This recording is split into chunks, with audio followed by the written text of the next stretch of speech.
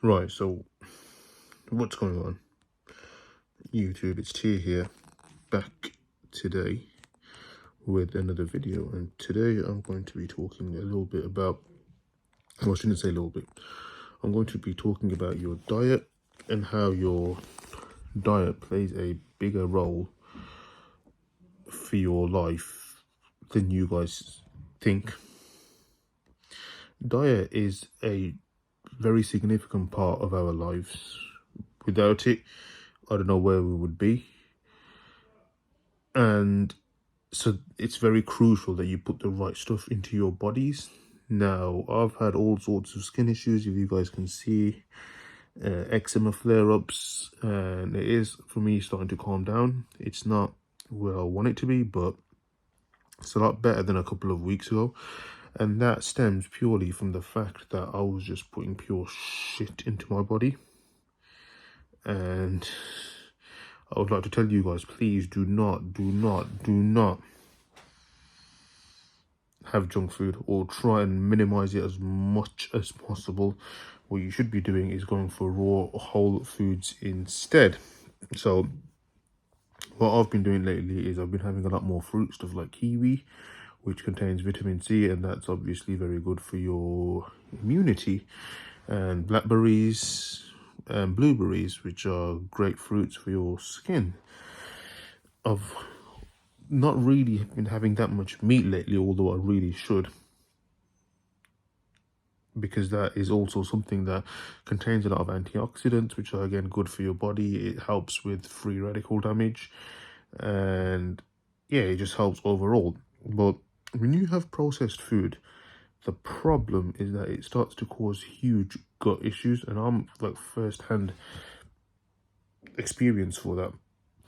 Right, so it causes a lot of issues, and it's definitely caused me a lot of pain. It's caused me a lot of issues, because the one thing that stems from having processed food is, and it does vary for each individual, but some people are more susceptible to it than others.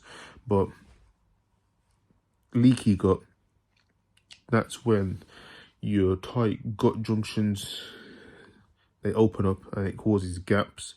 So then what happens is, when you ingest food and that food gets digested, the food particles then go out into the blood, and then the immune system thinks, no, does it go into the blood?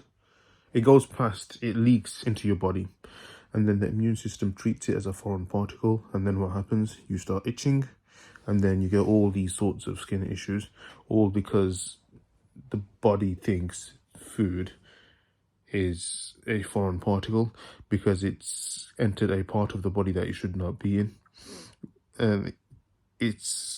And that is the reason exactly why you shouldn't be having too much junk food, because it ultimately is just not good for you. And I didn't really realize this when I was younger. I'm starting to now realize the implications of what's actually going on. I've limited my fast food as an example, so I really rarely eat fast food now. I will still eat it from time to time, but it's nothing as major as what it was back in my teenage years. So that's it right there. And yeah, diet's also very bad for your, I guess, fat levels. And for those of you that are trying to lose weight, I know I'm in that category, but yeah. So for those of you that are trying to lose weight, again, I would not recommend the junk food, because that just spikes your insulin levels, which then means that it's much harder for you to lose the fat. Whereas if you were to have raw whole foods, your insulin levels wouldn't be spiked, and it would be much easier for you to lose the fat. Now, a common myth that I see is eat less fat to gain less fat, and that couldn't be any further from the truth.